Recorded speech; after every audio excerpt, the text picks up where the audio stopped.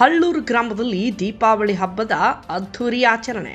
ಹಳ್ಳೂರು ಗ್ರಾಮದಲ್ಲಿ ದೀಪಾವಳಿ ಹಬ್ಬವನ್ನು ಭಕ್ತಿ, ಸಂತೋಷ ಮತ್ತು ಸೌಹಾರ್ದತೆಯ ವಾತಾವರಣದಲ್ಲಿ ಅದ್ಧೂರಿಯಾಗಿ ಆಚರಿಸಲಾಯಿತು. ಅಜ್ಞಾನವೆಂಬ ಅಂಧಕಾರವನ್ನು ಅಳಿಸಿ ಸುಜ್ಞಾನವೆಂಬ ಬೆಳಕನ್ನು ಹರಡುವ ಈ ದೀಪಾವಳಿ ಹಬ್ಬವು ಗ್ರಾಮದೆಲ್ಲೆಡೆ ಪ್ರಕಾಶವನ್ನು ಹರಡಿತು.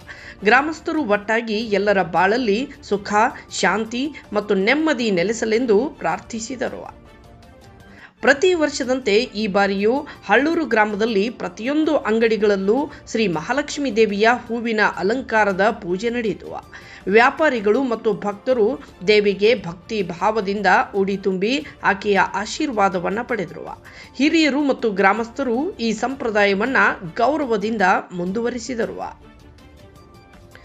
ಇನ್ನು ಗ್ರಾಮದ ಪ್ರತಿ ಬೀದಿಯೂ ದೀಪಗಳಿಂದ ಕಂಗೊಳಿಸುತ್ತಿತ್ತು. ಪಟಾಕಿಗಳ ಸದ್ದು, ದೀಪಗಳ ಹೊಳಪು ಮತ್ತು ಜನರ ನಗುಮುಖಗಳು ಹಬ್ಬದ ಸೌಂದರ್ಯವನ್ನ ಮತ್ತಷ್ಟು ಹೆಚ್ಚಿಸಿತು. ಎಲ್ಲೇ ನೋಡಿದ್ರೂ ಶ್ರೀ ಮಹಾಲಕ್ಷ್ಮೀ ದೇವಿಯ ದಿವ್ಯ ಕಿರಣಗಳು ಹರಡಿರುವಂತೆ ಭಾಸವಾಗುತ್ತಿತ್ತು. ಇದು ನಿಜವಾದ ಅರ್ಥದಲ್ಲಿ ಬೆಳಕಿನ ಹಬ್ಬವಾಗಿತ್ತು.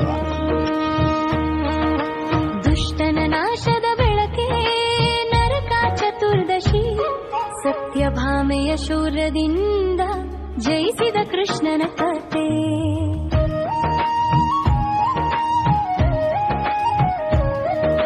ಭೂದೇವಿಯ ಮಗನಾದ ನರಕಾಸುರ, ದೇವತೆಗಳ ಕಿರೀಟ ಕದ್ದ ದುರಾಸುರ, ಅಹಂಕಾರದಿಂದ ಜಗವೆಲ್ಲ ಬೆಚ್ಚಿ ಧರ್ಮದ ಬೆಳಕೆ ಮಸುಕಾದ ಕಾಲದಿ.